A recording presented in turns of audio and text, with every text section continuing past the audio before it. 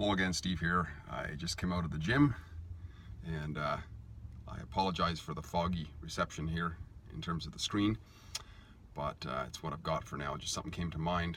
I was in the gym, and where I exercise, there's a panel of TV screens airing a whole lot of nothing in front of me. Sports, usually cops beating up junkies, and what passes for news. Flash, flash, flash with the subtitles below, because I can't hear any of it and don't want to.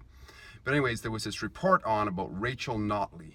Okay, so Rachel Notley is, for those who don't know, is the premier of the Canadian province of Alberta. New Democratic Party, sort of a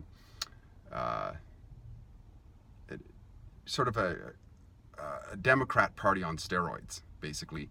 Their originator, or where they came out of, was something called the CCF, the Canadian Co-operative Federation, I believe, which was a radical,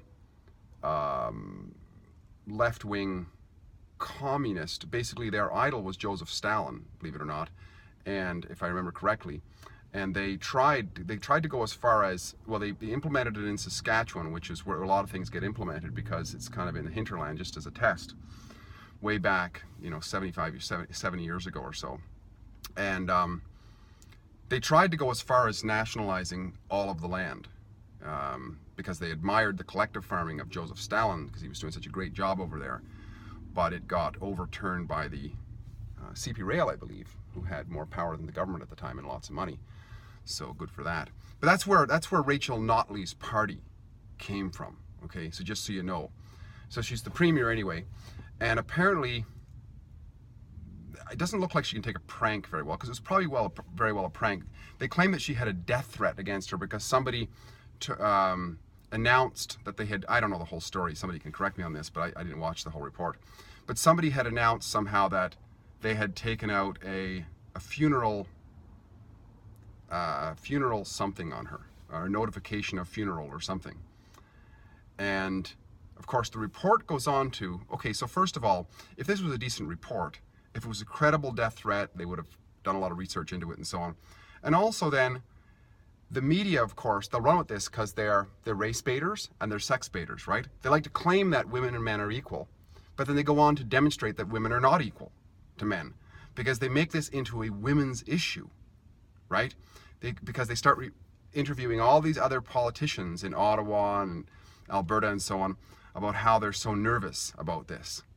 Well, what has it got to do with sex? If it was a legitimate death threat against a politician, then why make it into a sex thing? Especially if men and women are equal, which the communists like to claim, right? But they're not equal. I've said this before, and I'll say it again. They're not equal. A lot of people like to say that women and men are different, but they're equal. That doesn't make any sense to me. It doesn't make any sense at all, because if something is not the same, it doesn't make... apples are not equal to oranges. Why? Because they're different, right? Yes, each orange is different from every other orange, just like every woman is different from every other woman, and every apple is different from every other apple, just like, etc.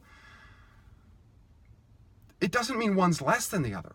I mean, I happen to enjoy apples and oranges, and to me, in terms of the benefit I get from them, there's not one lesser or greater than the other, but I don't claim that they're equal.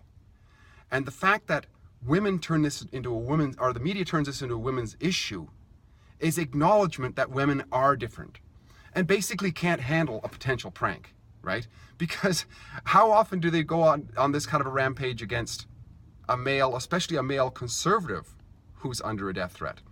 I mean, what was it? How many were per day does Trump get? Like blatantly out on Twitter and stuff like that, out and out death threats. And not a lot of outrage about that, He's a big, white, strong male. Once again, an admission that men can take this kind of shit and women can't. That's what they're saying. Now, it's not true that some women can't and some women can and some men, etc., right? It's just that's what they're saying by their announcements, I would say. Now, I'm just going to project this into the future a little bit as a tidbit, okay? Jordan Peterson, for those of you who know Jordan Peterson, was, if I'm not mistaken, a neighbor and a classmate of Rachel Notley, knew the family very, very well. Jordan Peterson has just written an extremely influential book on who? For who, rather? Who's buying it? The most dangerous creatures in the world. Young, conservative men. That's who's buying it. Sold 1 million copies. He's going on a tour this summer. He's going to be touring through Alberta and so on.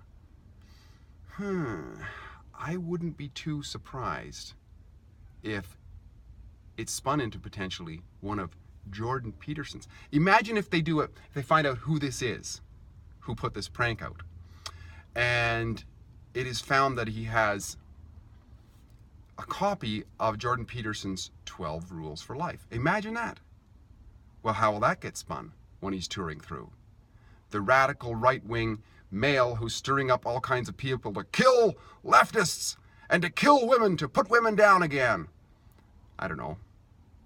That's a wild speculation, of course.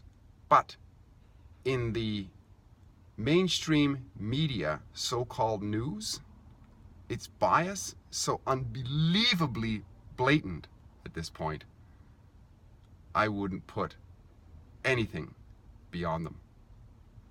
What can we learn from this? Well, once again, another example, potentially, of outrage where potentially outrage is not necessary.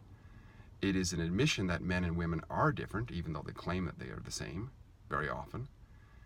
And, I don't know, watch the stuff, but watch it with an eye and an ear of skepticism. And there's a lot that can be learned. Leftists